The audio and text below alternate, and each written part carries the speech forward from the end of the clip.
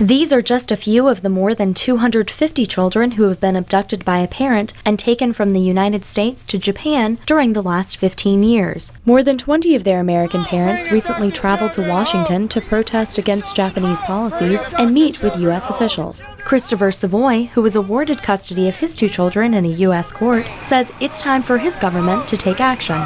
Grieving parents can't make a change, but government officials can, and I think it's their responsibility to stand up for our kids. Savoy was briefly jailed in Japan for trying to retrieve his children after they were abducted last year. He and other parents have criticized U.S. leaders for not putting enough pressure on Japan to take action.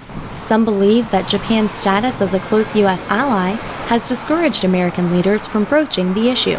But Deputy Assistant Secretary of State Michelle Bond says close bilateral ties actually facilitate discussion.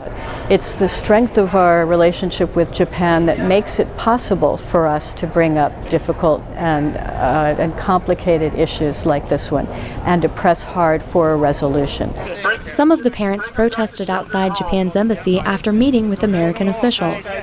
Ken Connolly was abducted as a child and moved around the U.S. for more than 3 years. He says he joined the protest to save other children from the hurt he suffered.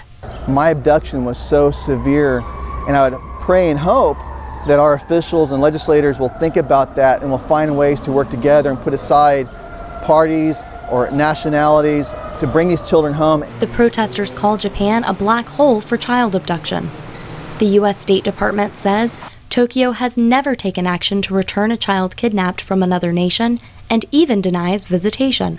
Japan is the only G7 industrialized nation that has not signed the Hague Convention on International Child Abduction. Bring abducted children home! Legal experts say parents face an uphill battle, but Savoy says that won't keep him from fighting. Well, I love them, and I'll always love them, and I'll never give up.